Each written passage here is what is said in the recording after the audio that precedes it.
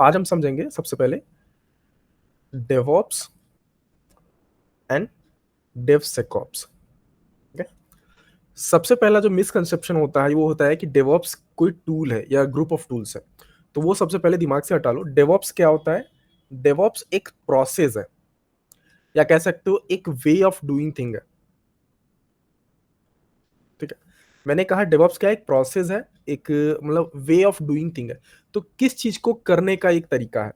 Basically जब भी हमारे पास कोई वेबसाइट होता है, कोई एप्लीकेशन होता है, जिसको कि हमारा टारगेट होता है कि हम उसको बिल्ड करें, प्रॉपरली सिक्योरली बिल्ड करें, मेक श्योर करें कि उसमें किसी तरह का इश्यूज नहीं है, चाहे वो सोर्स कोड की बात हो या फिर रनिंग एप्लीकेशन की, कहीं भी किसी तरह का इशू ना हो। तो वो जब प्रॉपरली टेस्ट करे एप्लीकेशन को या वेबसाइट को, तो जो सारे प्रोसेस इन्वॉल्व होते हैं, सारे स्टेप्स इन्वॉल्व होते हैं इस सारी चीजों को करने में, ताकि बिल्ड और डिप्लॉय करने में और रन करने में, उस प्रोसेस को हम कहते हैं डेवऑप्स।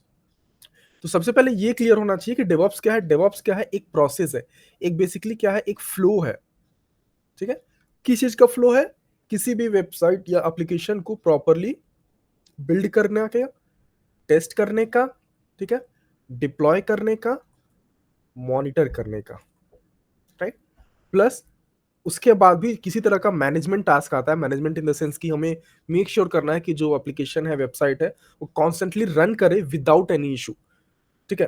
तो ये जो सारे स्टेप्स इन्वॉल्व होते हैं ना, और इन ये सारे स्टेप्स को कंबाइन करेंगे, तब हम कहेंगे वो डेवऑप्स है।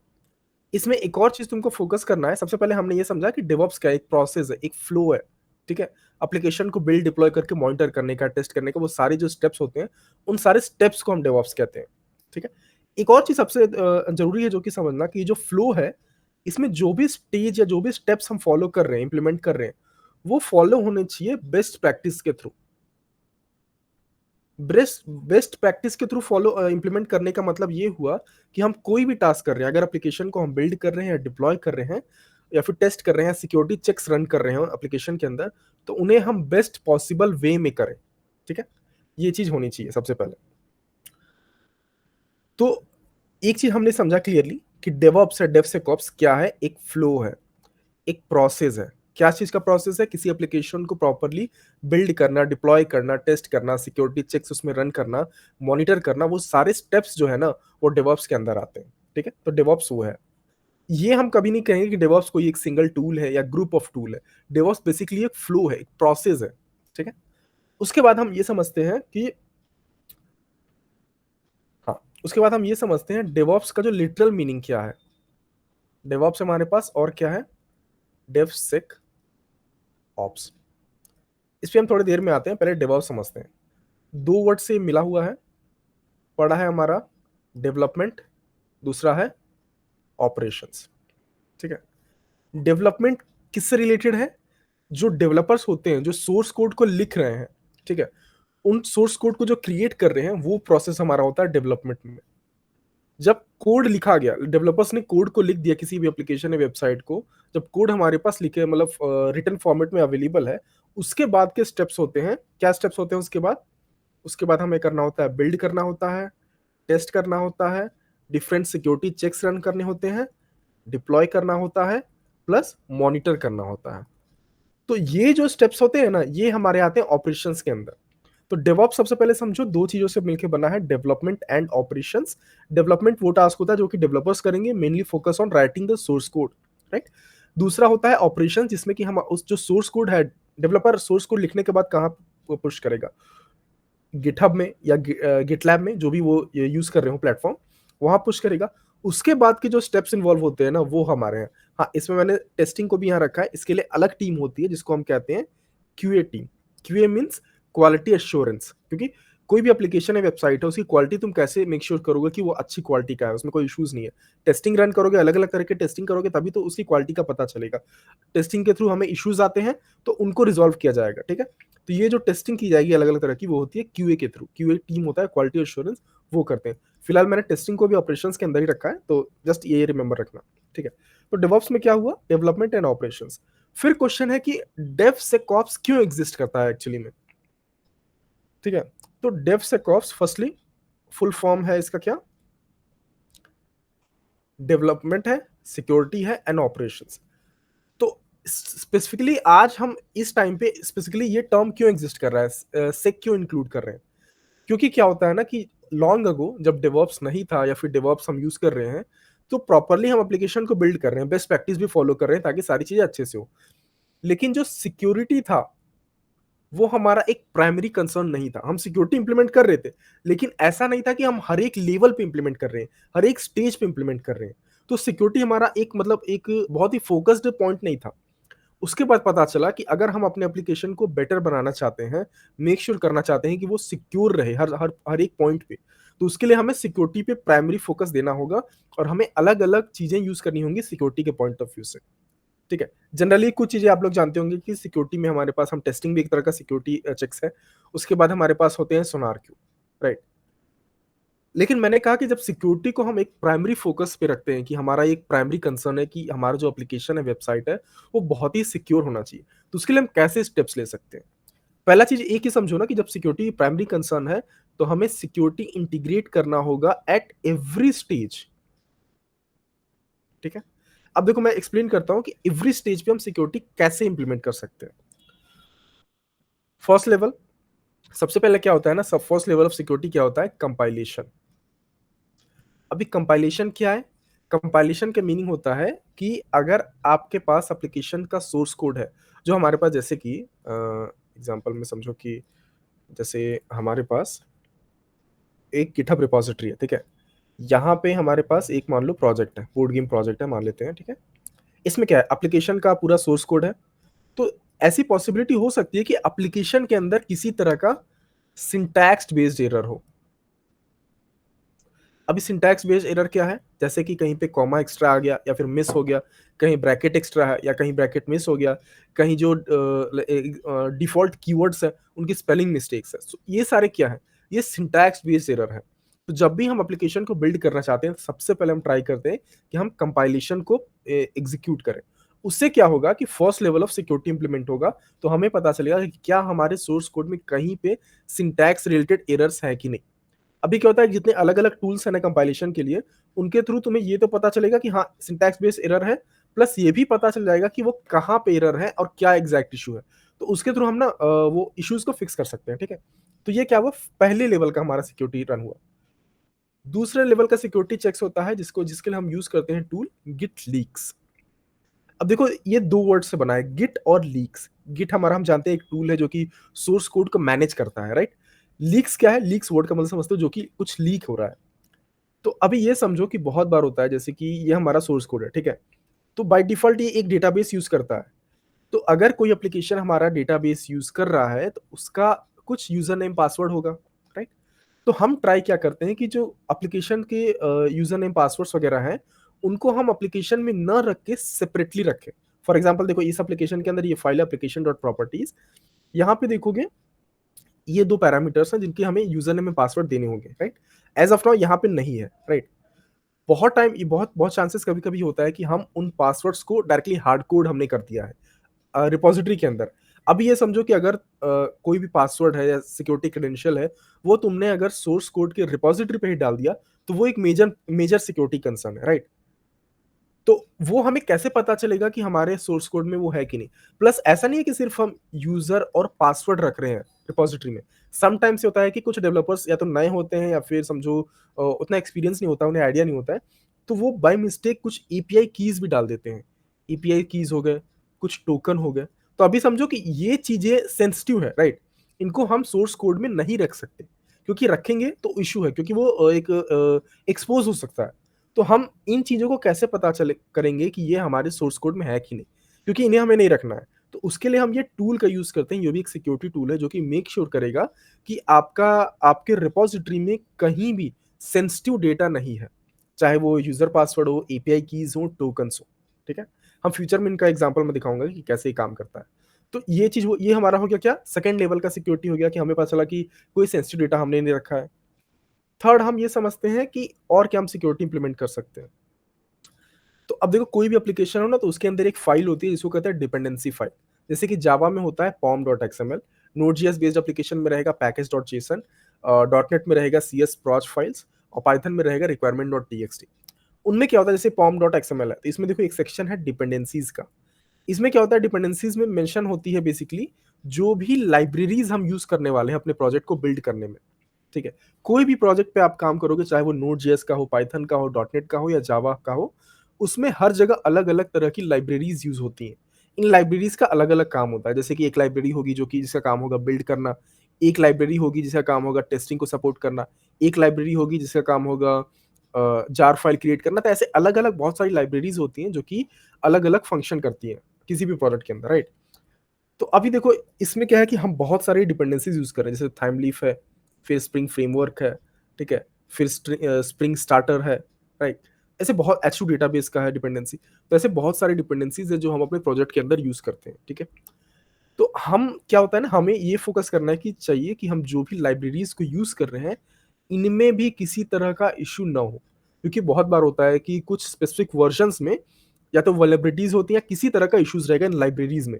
तो हमारा फोकस होना चाहिए कि हम किसी भी तरह का एक मतलब जो वल्नरेबल लाइब्रेरी है या फिर जिस लाइब्रेरी में कुछ इशू है उनको हम यूज ना करें, राइट। तो हमें वो कैसे पता चलेगा कि हमारे लाइब्रेरीज में इश्यूज हैं, राइट। तो उसके लिए अलग टूल होते हैं, जैसे कि एक टूल है फेमस ट्रिवी, नाम सभी ने शायद सुना होगा। ट्रिवी एक ऐसा टूल है जो कि आपको बता देगा कि आपके लाइब्रेरीज में क्या इशू है, या फिर आप कौन जो भी वर्जन आप यूज कर रहे हो करंटली उसमें कुछ इशू है कि नहीं। तो हमें अगर वो पता चल गया तो हम मेक श्योर कर सकते हैं कि हमारे लाइब्रेरीज में किसी तरह का इशू ना हो, राइट। तो अभी आप देखो, देखते जा रहे हो कि हम कंटिन्यूअसली सिक्योरिटी भी इंटीग्रेट कर रहे हैं अपने एप्लीकेशन में। ट्रिवी क्या करेगा, ये डिपेंडेंसीज को चेक करेगा कि इसमें कुछ इशू ना हो, राइट। उसके बाद हम क्या करते हैं, उसके बाद हम करते हैं अपने एप्लीकेशन को हम बिल्ड कर देंगे, राइट। तो बिल्ड करने के बाद भी क्या होता है, बहुत बार होता है जैसे जावा के प्रोजेक्ट है तो उसमें बाई प्रोडक्ट क्रिएट होगा। बाई प्रोडक्ट मीन्स हम इसको कह सकते हैं एक तरह का आर्टिफैक्ट। इन जावा जावा के केस में क्या क्रिएट होगा, जावा के केस में क्रिएट होता है या तो जार क्रिएट होगा या फिर वार क्रिएट होगा। सो अब ये क्या होता है, ये एक्चुअली में क्या होता है ना, ये तुम्हारा एप्लीकेशन का सोर्स कोड प्लस लाइब्रेरीज उन सारी चीजों को पैकेज करके एक पैकेज रहता है, उसी को हम आर्टिफैक्ट कहेंगे जावा के केस में, ठीक है। अभी इनमें भी पॉसिबिलिटी है कि इसके अंदर भी कुछ इश्यूज हो सकते हैं, ठीक है। तो हम उन्हें भी स्कैन करेंगे। उनके लिए हम क्या यूज कर सकते हैं, उनके लिए टूल है हमारे पास ओएस्प, डिपेंडेंसी चेक। ये क्या करेगा, इनको स्कैन करके इनमें बता सकता है कि क्या इनके अंदर किसी तरह का इश्यूज है क्या, ठीक है। तो हमने जैसे हर एक स्टेज पे देखो देखो हम वो करते जा रहे हैं, ठीक। अभी एक और चीज ध्यान रखना है, ये मैंने बिल्ड को रखा है 4 नंबर पे, लेकिन ये काफी लेट में आएगा। बिल्ड से पहले ही हम काफी चीजें करते हैं, जैसे इसको हम स्टार नंबर इसका अभी डिफाइन नहीं करते हैं, स्टार करते हैं। तो जब हम डिपेंडेंसी को मान ले, हमने जो भी लाइब्रेरीज है उनको स्कैन कर लिया कि उनमें कुछ इश्यूज है कि नहीं। उसके बाद हम क्या करेंगे, उसके बाद एक टूल हम यूज करेंगे, इसका नाम है सोनार क्यूब। इसका काम क्या होता है, ये बता देगा कि आपके जो सोर्स कोड है, जैसे कि हमारा ये जो सोर्स कोड है यहाँ पे, जैसे ये सारा सोर्स कोड है, ठीक है। इसके अंदर जो एक्चुअल एप्लीकेशन का सोर्स कोड होगा, एक्चुअल सोर्स कोड मीन्स कि जो एप्लीकेशन की फंक्शनैलिटीज लिखी है, ठीक है, वो जिस फाइल्स में, जैसे ये सारी फाइल्स में वो लिखी है। तो ये पॉसिबल है कि उन सोर्स कोड को डेवलपर्स ने करेक्टली नहीं लिखा। जैसे कि हो सकता है कि बहुत बार डुप्लीकेट कोड है हमारे सोर्स कोड में, बहुत जगह ये हो सकता है कि बग्स हैं। अभी बग्स क्या है, सिंपल वर्ड्स में ये समझो कि कोई सेक्शन है हमारे सोर्स कोड का, उसको रॉन्गली लिखा गया है जिसकी वजह से एप्लीकेशन वैसे काम नहीं कर रहा है जैसे इसको करना चाहिए, ठीक है। तो वो एक तरह का बग होगा, वो सेक्शन जो सेक्शन रहेगा उस कोड का वो एक बग हो जाएगा, ठीक है। तो सोनार जैसे डुप्लीकेशंस हो गया, बग्स हो गए, फिर कोड के अंदर वल्नरेबिलिटीज हो सकते हैं। वल्नरेबिलिटीज मतलब कि वीक पॉइंट्स जो कि इश्यूज ला सकते हैं फ्यूचर में। तो सोनार को क्या करता है, इन सारी चीजों को फिगर आउट करके आपको ये बता देगा, एक रिपोर्ट जनरेट करेगा, उसमें बता देगा कि किस लाइन में हमारे ऐसे इश्यूज हैं और उनको कैसे सॉल्व करना है।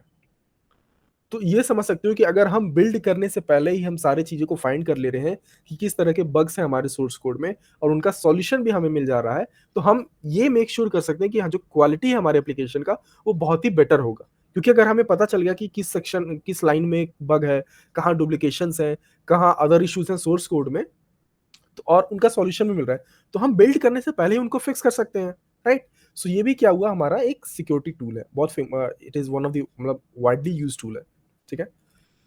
उसके बाद हमारे पास ऑलरेडी ये टेस्टिंग भी है ही, अलग अलग टेस्टिंग से हम पता कर सकते हैं कि क्या इशूज है, राइट। वो चल ही रहा है, ये भी एक तरह का सिक्योरिटी पॉइंट है, ठीक है। फाइनली हम बिल्ड कर रहे हैं, एप्लीकेशन को हमने बिल्ड किया, हमारे जार आए, जार फाइल वार फाइल आए, उनको भी स्कैन किया हमने। उसके बाद हम क्या करेंगे, इसको हम 6 नंबर बोलते हैं। उसके बाद हमारा नेक्स्ट स्टेप होता है कि हम अपने एप्लीकेशन को पोर्टेबल बनाएं। पोर्टेबल इन द सेंस कि हमारा जो एप्लीकेशन हमने बिल्ड किया है वो किसी भी प्लेटफॉर्म पे रन कर सके। उसके लिए हम यूज़ करते हैं डॉकर। और डॉकर को यूज़ करके हम एक नया पैकेज क्रिएट करते हैं जिसको हम कहते हैं डॉकर इमेज, ठीक है? अभी क्या होता है कि डॉकर इमेजेस में भी इश्यूज़ हो सकते हैं, तो उनको भी स्कैन हम करके फाइंड कर सकते हैं कि क्या इश्यूज़ हैं उसमें यूजिंग प्रीव्यू, ठीक है? फाइनली क्या है, जब हमारा सारा कुछ हो गया तो फाइनली हम एप्लीकेशन को डिप्लॉय कर देंगे। अभी मैक्सिमम लोग सोचेंगे कि आदित्य हमने सिक्योरिटी के पॉइंट ऑफ व्यू से सारी चीज़ें इंप्लीमेंट कर दी, तो डिप्लॉयमेंट के बाद तो सिक्योरिटी का कुछ होना नहीं चाहिए। नहीं, सिक्योरिटी का डिप्लॉयमेंट के बाद ही बहुत मेजर रोल है। एक होता है टूल और एक प्रोसेस होता है जिसको हम कहते हैं पेन टेस्टिंग। शॉर्ट में पेन टेस्टिंग, लॉन्ग में इसका नाम होता है पेनिट्रेशन टेस्टिंग। अब मैंने कहा कि ये डिप्लॉय के बाद हम ये करेंगे, तो इसका होता क्या है, ये क्या करता है? जैसे कि मानो हमने एक एप्लीकेशन को या एक वेबसाइट को हमने डिप्लॉय कर दिया और वो वेबसाइट अभी xyz.com पे एक्सेसिबल है, राइट? तो हम पेन टेस्टिंग को इम्प्लीमेंट कर सकते हैं using a tool known as वास्प ज़ैप। अब ये टूल क्या करेगा? ये टूल मैन्युअली अटैक करेगा हमारे वेबसाइट पे ये फाइंड करने के लिए कि हमारे वेबसाइट पे क्या-क्या वीक पॉइंट्स हैं। वीक पॉइंट्स मीन्स कि कौन से ऐसे पॉइंट्स हैं हमारे वेबसाइट पे या कौन सा मतलब प्लेसेस है, कौन से पोर्ट्स एक्स्ट्रा ओपन है हमारे वेबसाइट पे, जहाँ से कोई हैकर अटैक कर सकता है, राइट? तो ये हम खुद करते हैं ताकि हमें पता चले कि ये वीक पॉइंट्स कहाँ हैं, फिर हम डेवलपर को इन्फॉर्म करेंगे और वो उन पॉइंट्स को फिक्स करेगा। तो अब ये चीज़ समझो कि हम शुरुआत से जहाँ हम एप्लीकेशन सोर्स कोड को रिपॉजिटरी में डाल रहे हैं, वहाँ से बिल्ड करने के बाद, डिप्लॉय करने के बाद, एंड तक हमने सिक्योरिटी को इंटीग्रेट किया। जब तुम ये सारी चीज़ों को इंटीग्रेट करते हो, इन सारी चीज़ों को फॉलो करते हो, तब तुम कह सकते हो कि नहीं, अभी हमने सिक्योरिटी को एक मेजर कंसर्न दिया है और अभी हम मेक श्योर कर सकते हैं कि हमारा जो एप्लीकेशन है, उसमें किसी तरह का इश्यू नहीं होना चाहिए और उसकी क्वालिटी बेस्ट होगी, राइट? तो ये होता है हमारा डेवसेकऑप्स।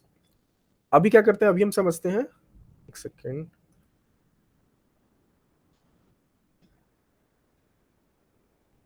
ओके गाइस, स्क्रीन तो विजिबल है आई थिंक ना?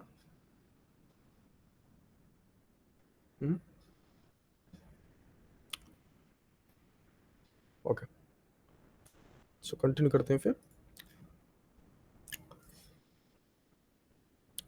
गाइस, जिसको भी लग रहा है कि ऑलरेडी ये चीज़ें आती हैं आपको, तो आप क्लास लीव कर सकते हो, ऐसा मैंडेटरी नहीं है कि आप बैठ के ही देखो। ये स्पेसिफिकली उनके लिए है, मान लो जिनको नहीं आता है या फिर जो इंटरेस्टेड हैं चीज़ों को और अच्छे से समझने में, उनके लिए है, ठीक है? अभी हम फोकस करते हैं कि डेवऑप्स के हमारे की कॉन्सेप्ट क्या हैं, ठीक है? तो डेवऑप्स में देखो बहुत सारे की कॉन्सेप्ट हैं, लेकिन जो सबसे मेजर कॉन्सेप्ट है वो है सीआई/सीडी। सीआई/सीडी को हम डेवऑप्स का बैकबोन भी कहते हैं। अब बैकबोन क्यों कहते हैं सीआई/सीडी को? क्योंकि एक major part of DevOps CI CD के ऊपर है, ठीक है? क्योंकि मैक्सिमम चीज़ें हमारी सीआई/सीडी के थ्रू ही होती हैं, मैक्सिमम। अभी समझते हैं कि सीआई/सीडी है क्या? सीआई क्या है पहले? Continuous integration. इसका मतलब क्या हुआ? कॉन्टिन्यूअस इंटीग्रेशन का मतलब क्या हुआ? हमें ये एक जनरल चीज़ पता है कि जब भी डेवलपर्स अपने सोर्स कोड को लिखते हैं, तो वो क्या करते हैं, गिटहब रिपॉजिटरीज़ पे पुश करते हैं अपने सोर्स कोड को, राइट? जैसे ये गिटहब रिपॉजिटरी है, तो यहाँ पे वो पुश करेंगे अपने सोर्स कोड को। अभी ये पॉसिबल है कि multiple times in a day they are going to push. एक दिन में वो मल्टीपल टाइम्स पुश करेंगे, जो भी नए चेंजेस हैं, उनको वो कंटीन्यूअसली पुश करेंगे। तो एक रिक्वायरमेंट ऐसी होती है कि जैसे कि डेवलपर मान लो कि ये हमारा गिटहब रिपो है, ओके? ये हमारा रिपॉजिटरी है और डेवलपर्स जो हैं करंटली इस रिपॉजिटरी के अंदर सोर्स कोड है लेट्स से S1, ठीक है? तो डेवलपर्स ने क्या किया, उन्होंने नया कुछ कोड लिखा, लेट्स कॉल इट C1, ठीक है? और उन्होंने पुश कर दिया। तो ये हमारा कोड का हो गया वर्जन 1। उसके बाद कुछ देर बाद अगेन डेवलपर्स ने नया कोड पुश किया C1 प्लस C2, ये हो गया दूसरा वर्जन, राइट? अभी हमें क्या करना होता है एज ए डेवऑप्स इंजीनियर, हमें ये मेक श्योर करना है कि जब भी नया कोड आ रहा है, जैसे कि यहाँ पे C1 नया कोड आया, यहाँ पे C2 नया कोड आया, जब भी नया कोड आ रहा है, इमीडिएटली वो टेस्ट हो जाए कि कोड करेक्ट है और ये हो जाए रेडी फॉर डिप्लॉय, ठीक है? जैसे ही नया पीस ऑफ कोड आ रहा है, पुश हो रहा है गिटहब रिपॉजिटरी में, ऑटोमेटिकली वो जिसकी उसको हम ये मेक श्योर करेंगे कि वो प्रॉपर्ली बिल्ड हो रहा है, उसमें सिक्योरिटी चेक्स हम रन कर रहे हैं, वो टेस्ट हो रहा है और finally it's ready to deploy. तो ये जो प्रोसेस है ना, जो ऑटोमेटिकली जैसे ही कोड आ रहा है, ये सारे प्रोसेस को इम्प्लीमेंट कर दे रहे हैं ऑटोमेटिकली, वो हो गया हमारा कंटिन्यूअस इंटीग्रेशन। और क्यों ऐसा करना है हमें? क्योंकि मैंने बोला कि एक डेवलपर है वो मल्टीपल टाइम्स एक दिन में कोड ऐड करता है। जैसे पहले उसने C1 ऐड किया, फिर C2 ऐड किया। तो at every time new piece of code is added, हमें ये मेक श्योर करना है कि वो प्रॉपर्ली बिल्ड हो जाए, प्रॉपर्ली टेस्ट हो जाए, और it is always ready to deploy. ये भी जैसे नया कोड आया, इमीडिएटली वो बिल्ड हुआ, सिक्योरिटी चेक्स रन हुए, टेस्ट हुआ, और वो ready to deploy. Same thing नया वर्जन 2 में नया कोड आया, वो भी प्रॉपर्ली बिल्ड हुआ, उस पर सिक्योरिटी चेक्स रन हुए और टेस्ट हुआ, और वो बिकम रेडी टू डिप्लॉय। ठीक है, ये कैसे पॉसिबल है? ये पॉसिबल है कंटिन्यूअस इंटीग्रेशन से। क्योंकि जैसे कि मैंने कहा कि डेवलपर्स मल्टीपल टाइम पुश कर रहे हैं, और हमारा काम है डेवलपर्स इंजीनियर ये मेक श्योर करना कि वो जो भी नया कोड है वो हमेशा रेडी टू डिप्लॉय है। ठीक है, ये सारे प्रोसेस ऑटोमेटिकली इंप्लीमेंट हो जाएंगे। उसके बाद होता है क्या? सीडी। सीडी है कंटिन्यूअस डिप्लॉयमेंट या कंटिन्यूअस डिलीवरी। दो सेक्शन है इसमें, दो सेक्शन या दो नेम्स इसको कह सकते हो।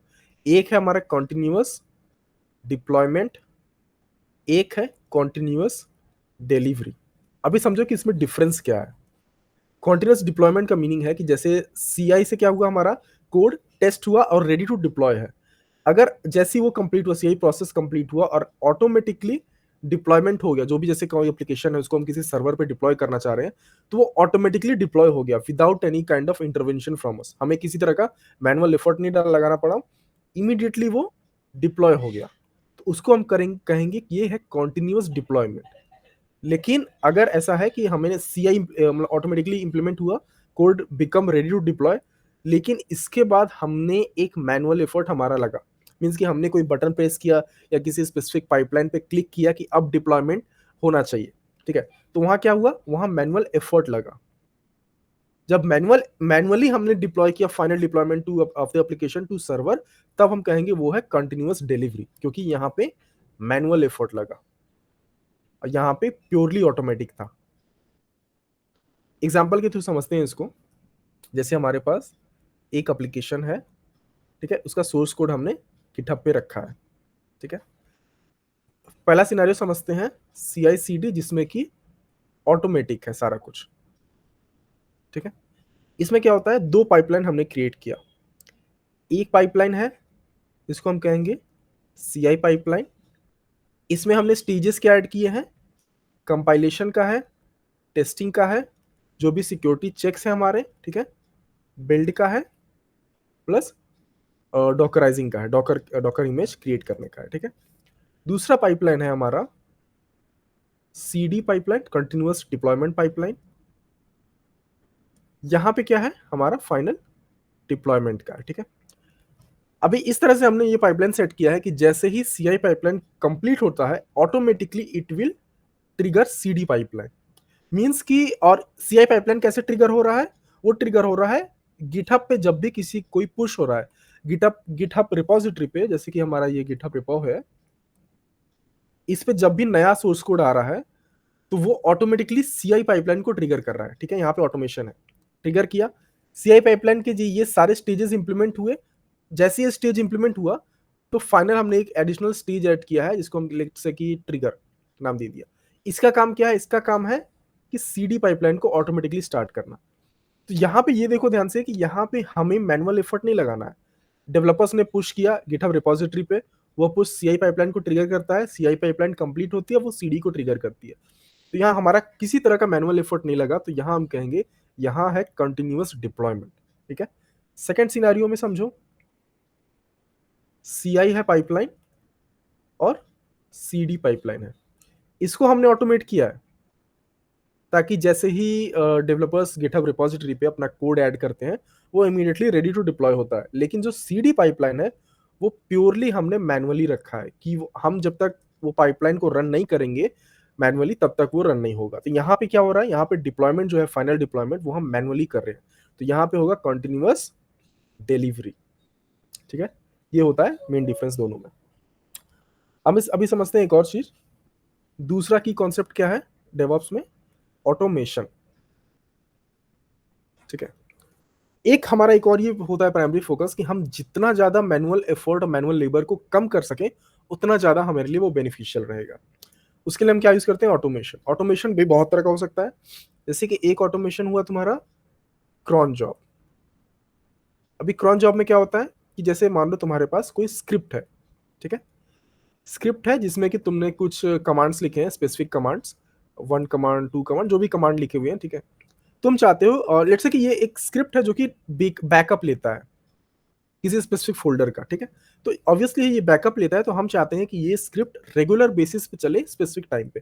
तो हम चाहते हैं कि डेली 12 एएम रात में 12 बजे ये स्क्रिप्ट रन हो और ये बैकअप ले ले उस टाइम पे, ठीक है। तो ऑब्वियसली ऑब्वियसली नॉर्मल सी चीज़ है कि उस टाइम पे ज़रूरी नहीं है कि हर कोई ना कोई जगह हो डेली। हम क्या करते हैं, एक स्क्रिप्ट लिखते हैं छोटा-सा, इसको कहते हैं क्रॉन जॉब। क्रॉन से एक छोटा-सा एक स्क्रिप्ट लिखेंगे हम, एक सिंगल लाइन का। उसमें हम एक टाइमिंग देते हैं। वो टाइमिंग में हम मेंशन कर देते हैं कि डेली 12 बजे एएम पे चलेगा, ठीक है। और एक बार हमने वो दे दिया, क्रॉन जॉब दे दिया कि हाँ ये 12 बजे डेली चलेगा। उसके बाद हमें उसे टच नहीं करना है, सिर्फ स्क्रिप्ट अवेलेबल है, ऑटोमेटिकली ये स्क्रिप्ट रन होगी एवरी डे एट 12 एएम। तो ये भी एक तरह का ऑटोमेशन हुआ। सेकंड काइंड ऑफ ऑटोमेशन है हमारे पास, उनको हम कह सकते हैं वेब हुक्स।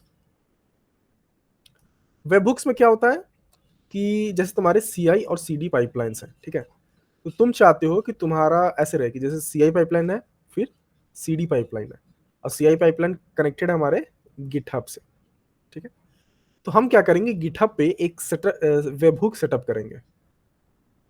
उसमें क्या होगा, उसमें हम डिफाइन करेंगे कि जब भी हमारे स्पेसिफिक रिपोजिटरी में कोड पुश हो रहा है या कमिट हो रहा है बाय डेवलपर या एनीवन एल्स, ऑटोमेटिकली वो ट्रिगर कर देगा सीआई पाइपलाइन को, और सीआई पाइपलाइन कंप्लीट होने के बाद इमीडिएटली ट्रिगर करेगा सीडी को। तो यहाँ पे वेबहुक्स के थ्रू हम क्या सेटअप कर रहे हैं, ऑटोमेशन सेटअप कर रहे हैं। तो ये दो तरह के जो ऑटोमेशन है ये मोस्टली यूज होते हैं, ठीक है। उसके बाद हम समझते हैं एक और कॉन्सेप्ट डेवॉप्स में जो कि है आईएसी। शॉर्ट फॉर्म किसका है ये? शॉर्ट फॉर्म है इंफ्रास्ट्रक्चर एज कोड, ठीक है। देखो इंफ्रास्ट्रक्चर मीन्स क्या हुआ, जैसे कि मान लो हमें कोई एप्लीकेशन डिप्लॉय करना है, तो हम कहाँ डिप्लॉय करेंगे? किसी तरह का सर्वर होगा, या फिर हो सकता है हम क्यूबरनेटिस यूज़ कर रहे हो, या फिर हम ओपन शिफ्ट यूज़ कर रहे हो, राइट। सो अलग अलग प्लेसेस हैं जहाँ पे हम अपने एप्लीकेशन को डिप्लॉय कर सकते हैं। लेकिन ये जो सर्वर्स हैं या क्लस्टर है या ओपन शिफ्ट का है क्लस्टर, इन्हें सेटअप कैसे करना पड़ेगा? एक तो ऑप्शन है कि हम सेटअप करेंगे यूआई के थ्रू। जैसे ईकेएस मान लो हम यूज़ कर रहे हैं, elastic Kubernetes service AWS platform पे, तो हम वहाँ जाके यूआई पे सारी चीज़ें प्रोवाइड करेंगे और क्रिएट कर सकते हैं। उसके अलावा हम यूज़ कर सकते हैं, एक टूल है जैसे ईकेएस सीटीएल, ये टूल से भी हम कमांड रन करके यूज़ कर सकते हैं, ठीक है। लेकिन ये समझो कि इसमें क्या है ना कि टाइम बहुत ज़्यादा लगेगा, चाहे तुम यूआई से क्रिएट करो या ईकेएस सीटीएल से क्रिएट करो, बहुत ज़्यादा लगेगा। तो उसकी जगह हम क्या कहते हैं कि ये सब क्या है, इंफ्रास्ट्रक्चर है हमारे। हमारा कहना है कि हम instead of setting up all these things from UI, what we can do कि हम एक स्क्रिप्ट बनाएंगे, ठीक है। वो स्क्रिप्ट में हम मेंशन क्या करेंगे पहले, जैसे कि हमारे सर्वर का क्या नाम होगा, क्या कॉन्फ़िगरेशन होगा, कॉन्फ़िगरेशन इन द सेंस कि क्या रैम होगा, क्या सीपीयू होगा, क्या साइज़ होगा, राइट? तीसरा कि किस रीजन में होगा, कैसे एक्सेस होगा, जो भी कॉन्फ़िगरेशन रिक्वायर्ड है किसी भी सर्वर या क्लस्टर का, वो सारी चीज़ें हम यहाँ डिफ़ाइन कर देंगे। उसके बाद हम एक आईएसी का टूल लेंगे, जैसे कि एक टूल है हमारे पास टेराफॉर्म। फिर हम टेराफॉर्म को बोलेंगे कि यूज़ दिस स्क्रिप्ट, और इसमें जो भी चीज़ें मैंने डिफ़ाइन की है उसको आप क्रिएट कर दो, ठीक है? टेराफॉर्म क्या करेगा, जो भी जैसा भी हमने इसमें डिफ़ाइन किया है उसके अकॉर्डिंग ये हमारा सर्वर इसने क्रिएट कर दिया। अब तुम सोचोगे कि बेनिफिट क्या हुआ हमें? अब बेनिफिट ये हुआ कि इन फ्यूचर हमें ऐसा लगा कि नहीं यार, जो कॉन्फ़िगरेशन है उसमें कुछ चेंजेस करने हैं। जैसे कि सर्वर का हमें साइज़ बढ़ाना है, तो हम क्या करेंगे, स्क्रिप्ट को थोड़ा मॉडिफ़ाई करेंगे और इसमें साइज़ जो है हमारा सर्वर का उसको चेंज करेंगे। फिर हम टेराफॉर्म को अगेन बोलेंगे कि check the script again and उसके अकॉर्डिंग सर्वर को अपडेट करो। तो इमीडिएटली वो सर्वर पे जाके चेक करेगा कि उसमें क्या चेंजेस हैं, क्या नए चेंजेस हुए हैं, उसके अकॉर्डिंग वो सर्वर को अपडेट कर देगा।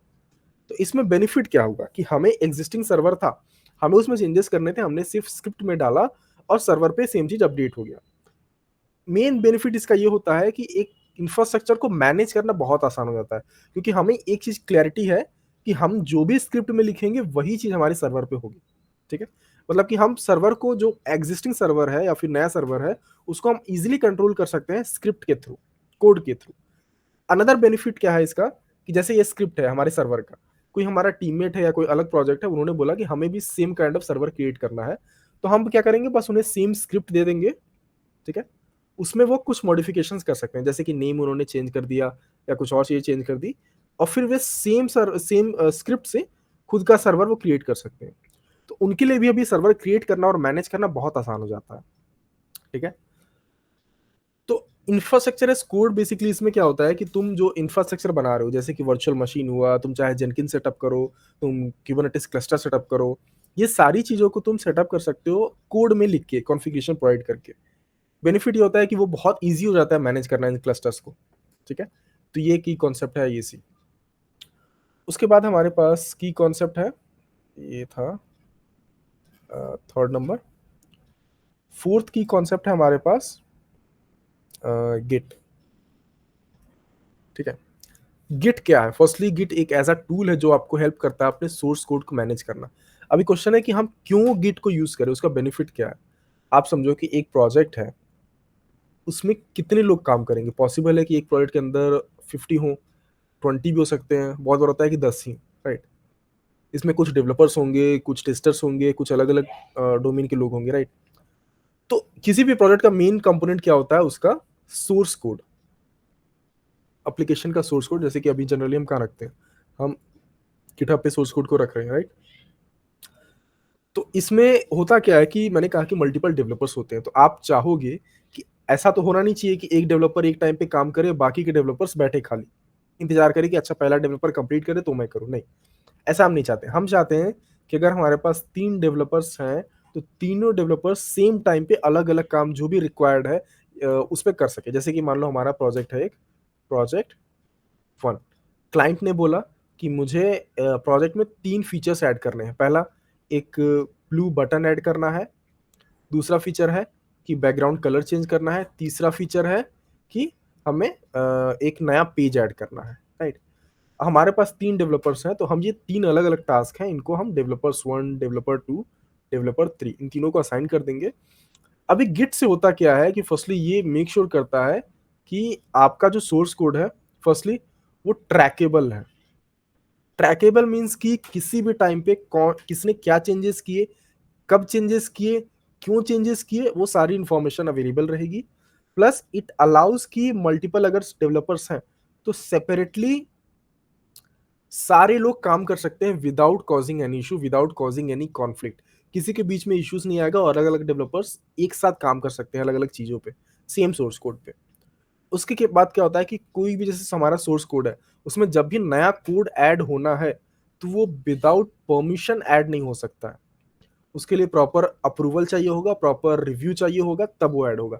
तो गिट के थ्रू क्या होता है कि हम अपने सोर्स कोड को इस तरीके से मैनेज कर सकते हैं कि मल्टीपल पीपल काम कर सकें और हमारा कोड हमेशा सिक्योर रहे, हमेशा रेडी टू डिप्लॉय रहे, एक उस स्टेट में रहे कि हम जब चाहें उसको चेक कर सकते हैं कि कब किसने क्या चेंजेस ऐड किए हैं, क्यों चेंजेस ऐड किए हैं, और जैसे कि प्रॉपर्ली कोड को मैनेज कर सकते हैं। ये पॉसिबल है क्यों? सिर्फ गिट के थ्रू, ठीक है? तो गिट भी एक तरह का हमारा डेवऑप्स कॉन्सेप्ट है जो कि बहुत यूज़फुल है। सिक्योरिटी हमने डिस्कस कर ही लिया है। सिक्योरिटी में वैसे जो भी मैंने डिस्कस किया उसके अलावा भी काफ़ी चीज़ें हैं जो हम फ्यूचर में डिस्कस करेंगे, ठीक है? उसके बाद है हमारा एक बहुत इंपॉर्टेंट कॉन्सेप्ट माइक्रो सर्विसेज़ का। अब माइक्रो सर्विसेज़ क्या है? लेट अस से कि हमारे पास एक ई-कॉमर्स का एप्लीकेशन है। ई-कॉमर्स एप्लीकेशन है, उसमें अलग-अलग सेक्शंस हैं, जैसे कि एक होगा हमारा लॉगिन पेज होगा, एक हमारा होम पेज होगा, एक हमारा मान लो क्लॉथ्स का पेज होगा, एक पेमेंट का पेज होगा, राइट? एक पेज होगा हमारा मान लो कि कार्ट का पेज होगा, एक होगा एड्स का पेज होगा, एक ईमेल का पेज होगा, राइट? तो ये अलग-अलग कंपोनेंट्स हैं। तो जब माइक्रो सर्विस का कोई कॉन्सेप्ट नहीं था, तो हम कोई भी एप्लीकेशन है, उसको एक सिंगल सर्वर पे, ये मान लो कि एक सिंगल सर्वर है, ठीक है? सिंगल सर्वर पे हमने पूरे एप्लीकेशन को डिप्लॉय कर दिया। अब इस सिंगल सर्विस पे ये सारे कंपोनेंट्स रन हो रहे हैं। लॉगिन का है, फिर होम पेज है, क्लॉथ्स है, पेमेंट है, कार्ड सर्विस है, ईमेल है, एड सर्विस है और कोई और सर्विस। अभी प्रॉब्लम क्या होता था उस टाइम पे कि जैसे ये सारे कंपोनेंट्स एक ही सर्वर पे रन हो रहे हैं, सिंगल सर्वर पे सारे कंपोनेंट्स रन हो रहे हैं, तो एट सम पॉइंट डेवलपर्स ने कहा कि हमें पेमेंट पेज को चेंज करना है। तो अगर उन्होंने नया कोड लिख दिया, राइट, जिसमें कि पेमेंट पेज का चेंज करने का कोड है। तो अगर हमें ये चेंजेस डिप्लॉय करने हैं तो हमें, क्योंकि चूँकि सिंगल सर्वर पे पूरा एप्लीकेशन हो रहा है, तो हमें कुछ भी चेंजेस करने तो हमें पूरा एप्लीकेशन डाउन करना पड़ेगा, राइट? तो फॉर द टाइम कि जब ये चेंजेस अप्लाई हो रहे हैं, पूरा एप्लीकेशन डाउन है, राइट? सिमिलरली अगर ऐसा हुआ कि कोई मान लो इस कंपोनेंट में इश्यू आया, तो वो भी क्या करेगा, वो भी पूरे एप्लीकेशन को डाउन कर देगा, राइट? प्लस अगर ये समझो कि किसी सर्टेन रीज़न से हमारे सर्वर पे इश्यू आया, द इंफ्रा जिस पे कि हमारा एप्लीकेशन रन हो रहा है, उस सर्वर पे इश्यू आया, तो पूरा एप्लीकेशन ही डाउन हो गया, राइट? तो इस प्रॉब्लम को सॉल्व करने के लिए हमने क्या किया कि हम सिंगल सर्वर में पूरी एप्लीकेशन को नहीं डिप्लॉय कर रहे।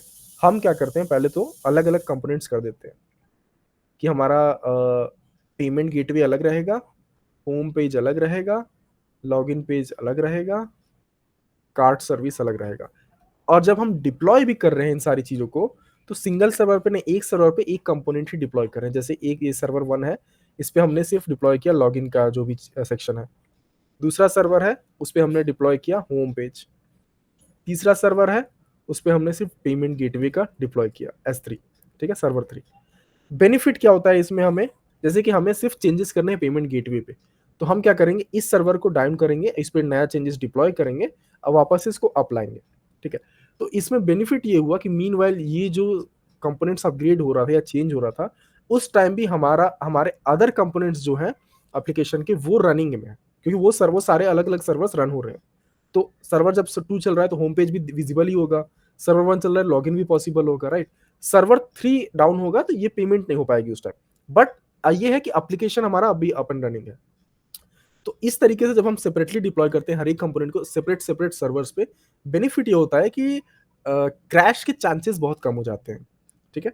एक और चीज़ ये समझो कि ये जो कंपोनेंट्स हैं सारे, इनको हमें सेपरेटली बिल्ड करके डिप्लॉय करना पड़ेगा। एक थोड़ा-सा इसमें इश्यू ये है कि कॉस्ट आपकी ज़्यादा आएगी।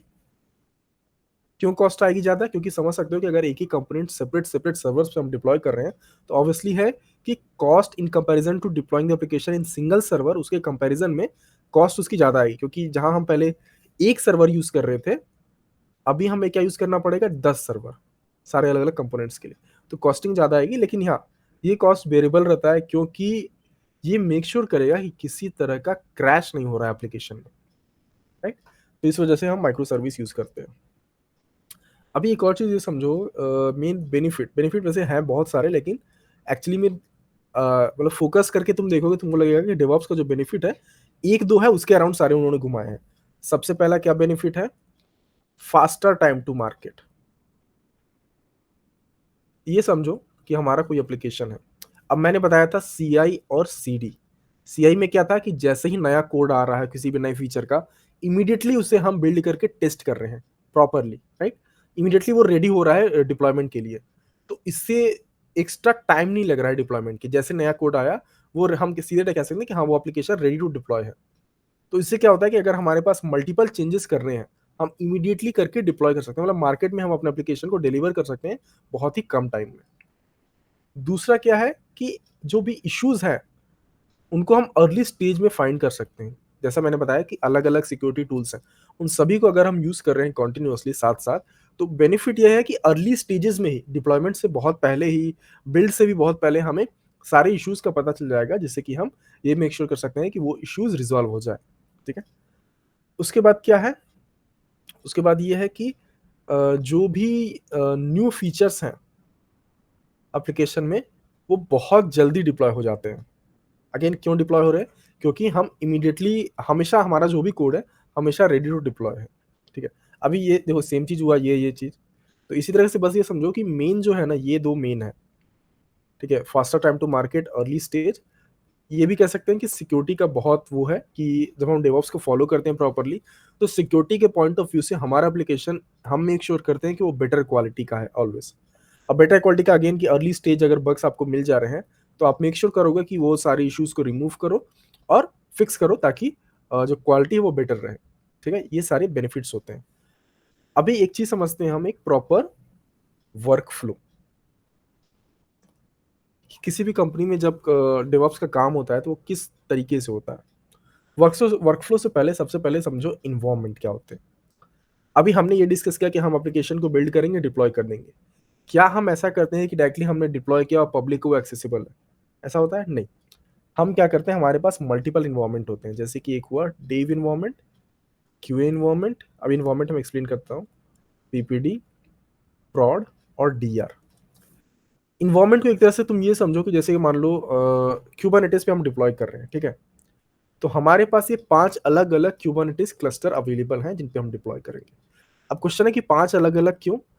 उनमें से पहले ये समझो कि है क्या? मतलब नाम अलग-अलग क्या है, इनका मीनिंग क्या है? सबसे पहले है डेवलपमेंट इन्वायरमेंट और डेव इन्वायरमेंट, ओके? और कह सकते हैं कि डेव क्यूबरनेटिस क्लस्टर।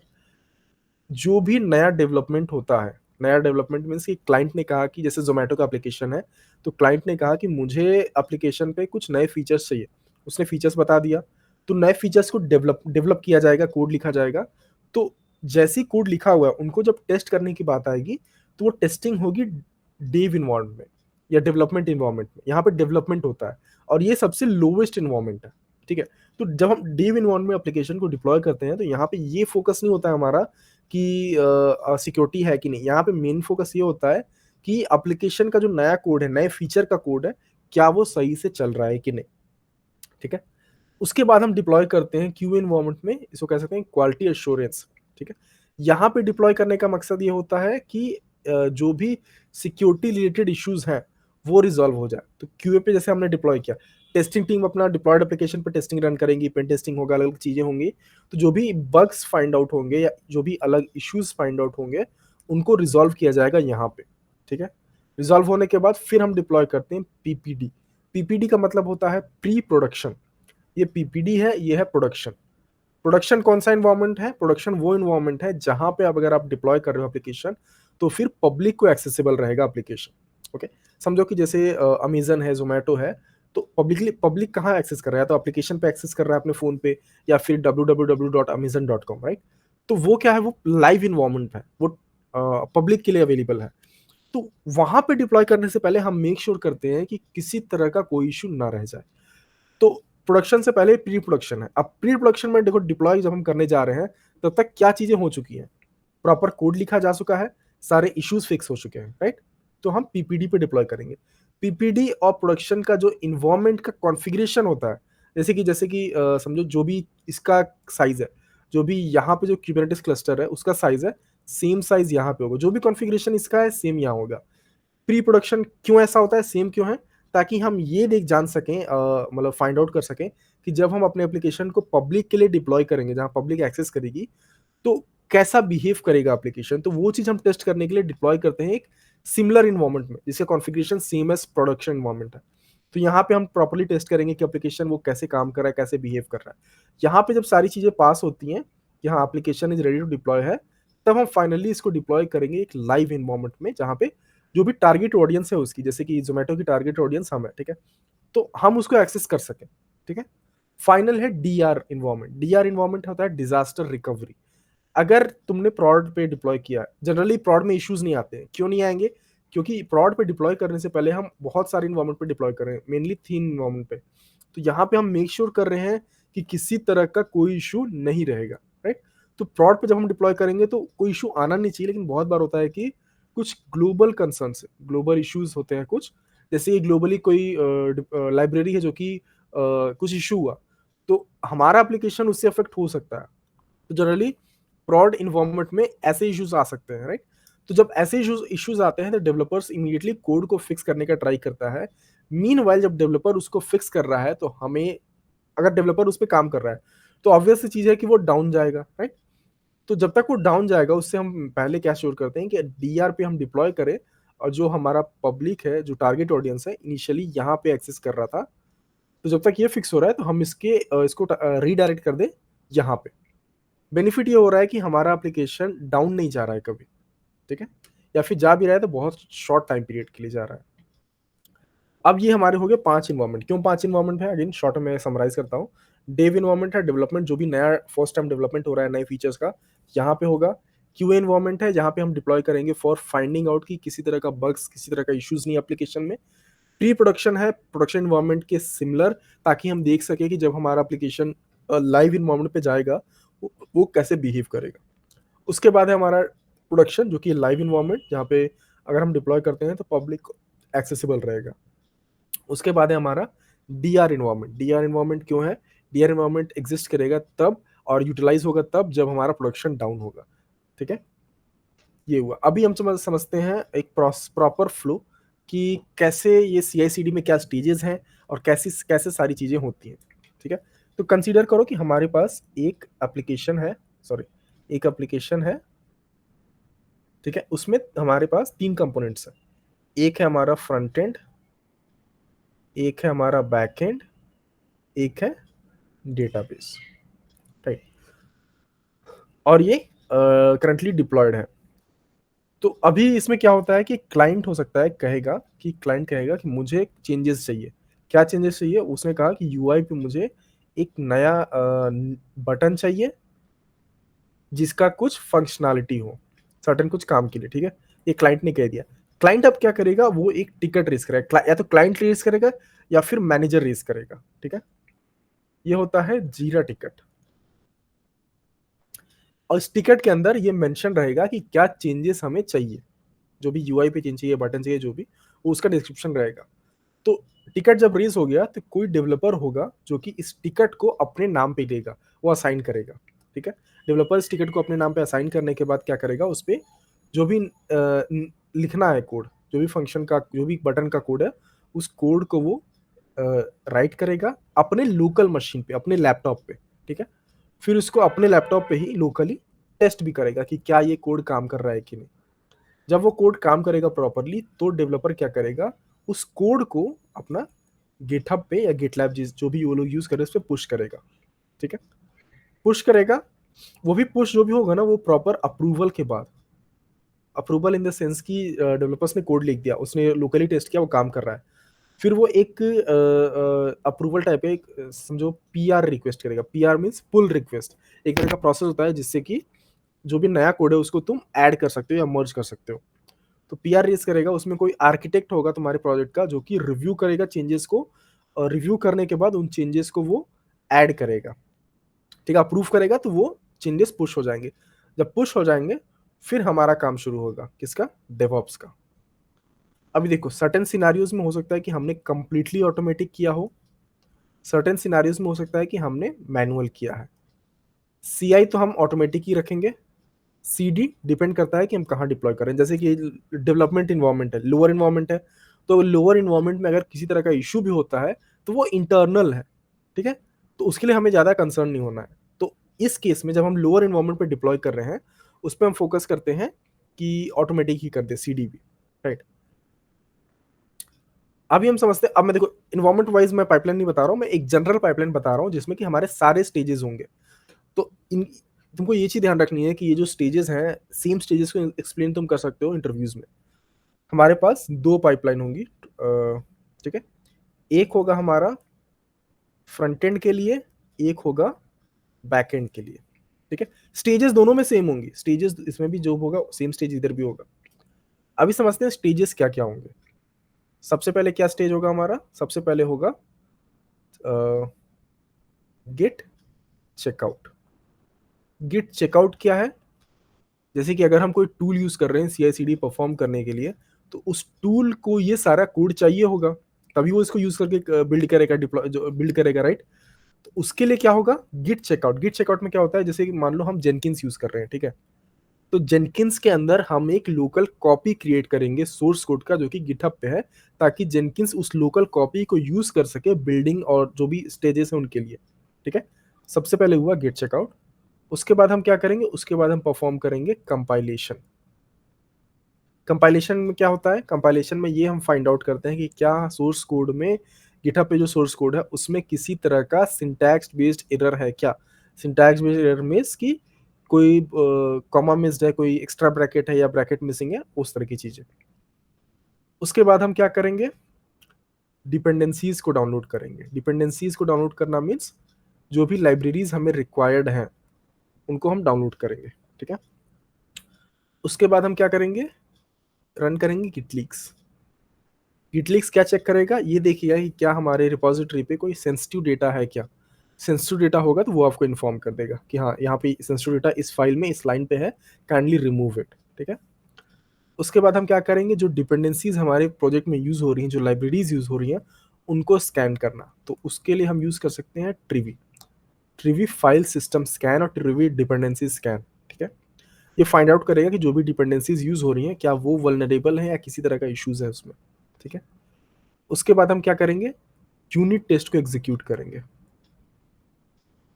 अब नोट दैट कि ये जो यूनिट टेस्ट है ये लिखेंगे डेवलपर्स ही, लेकिन हम सिर्फ एग्जीक्यूट करेंगे, क्योंकि यूनिट टेस्ट जो होते हैं बहुत इजीली एग्जीक्यूट हो सकते हैं, तो बेसिक कमांड होता है यूज एग्जीक्यूट करने में, तो उनको हम डायरेक्टली एग्जीक्यूट कर सकते हैं।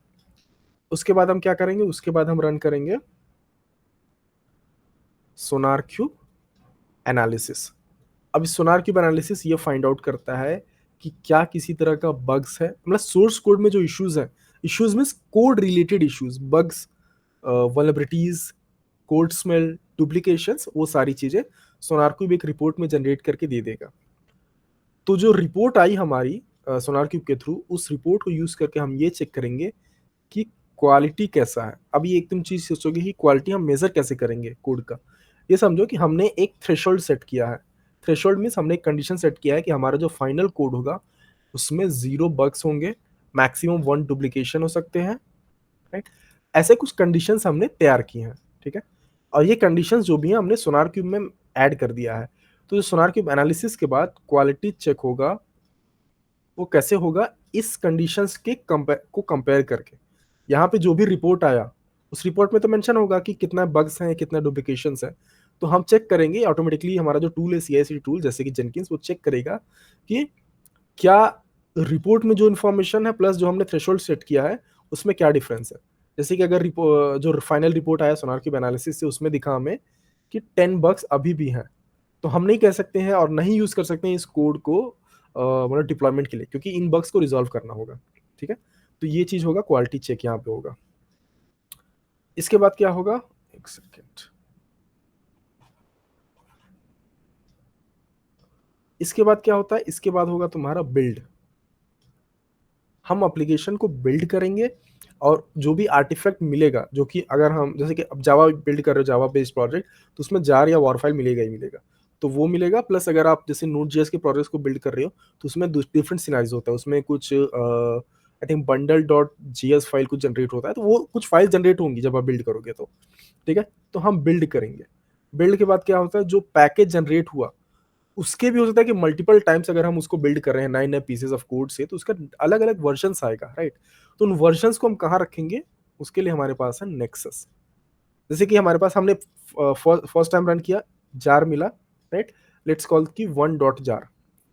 दूसरी बार डेवलपर ने कुछ नया कोड ऐड किया, फिर से जार मिला, यहाँ पे जार दूसरा होगा, राइट। तो ये जो अलग अलग वर्जन आ रहे हैं जार के, उनको हम कहाँ रख सकते हैं, नेक्सस पे हम रख सकते हैं। ठीक है, उसके बाद हम क्या करेंगे, उसके बाद हम डॉकर इमेज क्रिएट करेंगे। अभी डॉकर इमेज क्यों क्रिएट करना है एप्लीकेशन का, क्योंकि हमें एप्लीकेशन को पोर्टेबल बनाना है, ताकि हमारा एप्लीकेशन किसी भी प्लेटफॉर्म पे रन कर सके, रेस्पेक्टिव ऑफ कि कौन सा प्लेटफॉर्म है, लिनक्स पे भी चल जाए, कहीं और भी चल जाए। ठीक है, और डॉकर इमेज हमने बिल्ड किया तो उसको फिर स्कैन करेंगे हम ट्रिवी के थ्रू, ताकि ये भी देखेंगे कि डॉकर इमेज में कोई इशू ना हो। ठीक है, फाइनली इमेज हम हमारा क्रिएट हो गया, स्कैन भी हो गया, तो इमेज को हम सिक्योरली किसी डॉकर रिपोजिटरी पे, डॉकर रजिस्ट्री पे पुश कर देंगे फॉर फ्यूचर यूज, ताकि फ्यूचर में भी अगर हमें डिप्लॉय करना हो स्पेसिफिक वर्जन, तो हम पुल करके सीधे डिप्लॉय कर दें। ठीक है, उसके बाद हमारा क्या होगा, उसके बाद हम करेंगे एप्लीकेशन को डिप्लॉय टू क्यूबरनेटिस। ठीक है, उसके बाद हम क्या करेंगे, उसके बाद हम करेंगे वेरीफाई, ठीक है, कि डिप्लॉयमेंट हुआ कि नहीं। उसके बाद हम क्या करेंगे, उसके बाद हम परफॉर्म करेंगे पेन टेस्टिंग। इसके लिए आप सेपरेट पाइपलाइन से बना सकते हो, लेकिन चाहो तो सेम पाइपलाइन में ऐड कर सकते हो कि एप्लीकेशन जब डिप्लॉय हो गया है तो जहां डिप्लॉय हुआ है उसको हम टेस्ट करें कि वो प्रॉपरली सिक्योर है कि नहीं, कोई वीक पॉइंट्स तो नहीं है। उसके बाद हम क्या करेंगे, फाइनल चीज जो होता है वो होता है हमारा ये ईमेल नोटिफिकेशन। आउटलुक पे आपका जैसे कंप्लीट होगा मेल आ जाएगा कि क्या फेल हुआ है, पास हुआ है, जो भी पाइपलाइन आपका। ठीक है, सेम स्टेजेस हम यूज करते हैं उसमें भी, ये मतलब बैकएंड में भी यूज होगा, फ्रंट एंड में भी यूज होगा, तो दोनों साइड हम यूज करेंगे सेम स्टेजेस। ठीक है, तो ये स्टेजेस होते हैं हमारे पास पाइपलाइंस में। अभी इंटरव्यू में जब आप जाओगे तो यही चीजें आपको एक्सप्लेन करनी है कि हाँ ये स्टेजेस थी, ये स्टेजेस होती हैं हमारी जनरल पाइपलाइंस में, फ्रंट एंड बैक एंड की। ठीक है, अभी हम समझते हैं डिप्लॉयमेंट स्ट्रेटजीज। अब देखो यहाँ पे मैंने बोला क्या, डिप्लॉयमेंट स्ट्रैटेजीज। ये किस सिनेरियो की मैं बात कर रहा हूँ, ये सिनेरियो की मैं बात कर रहा हूँ जैसे कि हमने कोई एप्लीकेशन है, उसको हमने डिप्लॉय किया है। सो लेट्स से कि वर्जन 1 हमने डिप्लॉय किया है, हमें कुछ नए फीचर्स ऐड करके अपग्रेड करना है एप्लीकेशन को, तो अपग्रेड करके वर्जन 2 पे जाना है। तो कैसे डिप्लॉय करेंगे या बेस्ट पॉसिबल वे क्या है डिप्लॉयमेंट का, वो समझते हैं। ठीक है, सबसे पहला है डिप्लॉयमेंट स्ट्रैटेजी, इसको कहते हैं recreate deployment. Recreate deployment strategy, इसमें होता है ऐसा क्या है कि जैसे समझो ये हमारा एप्लीकेशन सर्वर है, एप्लीकेशन यहाँ पे रन हो रहा है, करंटली ये वर्जन 1 पे है। अगर मेरे को वर्जन 1 से वर्जन 2 पे अपग्रेड करना है, कि नया सोर्स कोड है, नया फीचर्स ऐड हुए हैं, उनको डिप्लॉय करना है, तो रिक्रिएट डिप्लॉयमेंट स्ट्रेटजी में क्या होता है कि हम पूरे सर्वर को, पूरी एप्लीकेशन को डाउन करेंगे, फिर नए एप्लीकेशन को डिप्लॉय करेंगे, नए वर्जन को, और फिर वो चलेगा। ठीक है, इसमें नुकसान क्या है मेन, कि डाउन जो हो रहा है ना, वो जनरली क्या होता है कि डेवॉप्स की, जब आप डेवॉप्स इंजीनियर हो तो आपका प्राइमरी कंसर्न ये भी होता है कि एप्लीकेशन आपका डाउन नहीं होना चाहिए, राइट। तो यहाँ पे अगर एप्लीकेशन डाउन हो रहा है और डिप्लॉय हो रहा है, तो ये एक तरह का कॉन है इसमें, कि डाउन टाइम होगा ही होगा इसमें। Recreate from the name itself you can understand क्या होता है कि वो एप्लीकेशन नया जब वर्जन डिप्लॉय करना है, उसके लिए पुराने वर्जन को आप डाउन करेंगे कंप्लीटली, फिर नए वर्जन को डिप्लॉय करेंगे।